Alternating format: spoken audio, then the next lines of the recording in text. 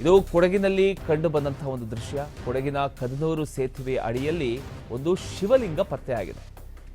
ಆ ಶಿವಲಿಂಗ ಅಂದಾಜು ಸುಮಾರು 3 ಅಡಿ ಸ್ತಂಭ, ಅರ್ಧ ಅಡಿ ಪೀಠ ಹೊಂದಿರತಕ್ಕಂಥ ಒಂದು ಶಿವಲಿಂಗ. ಅದು ಶಿವಲಿಂಗದ ಮೇಲೆ 5 ಮುಖದ ನಾಗಸ್ವರೂಪ ಪತ್ತೆಯಾಗಿದೆ. ಯಾರೋ ತಂದು ಅನಾಥವಾಗಿ ಬಿಸಾಡಿರ್ಬೋದು ಅನ್ನುವಂಥ ಒಂದು ಶಂಕೆ ಕೂಡ ವ್ಯಕ್ತ ಆಗಿದೆ. ಶಿವಲಿಂಗವನ್ನ ರಕ್ಷಣೆ ಮಾಡಿ ಕಾಯಕಲ್ಪ ನೀಡುವಂತೆ ಬಿಎಸ್ಪಿ ಆಗ್ರಹಿಸಿದೆ.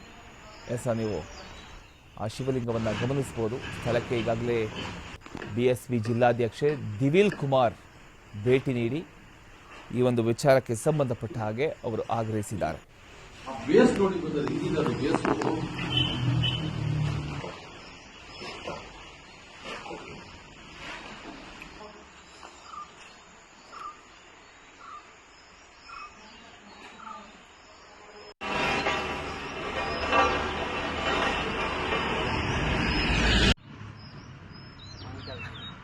ಅವನಿಗೆ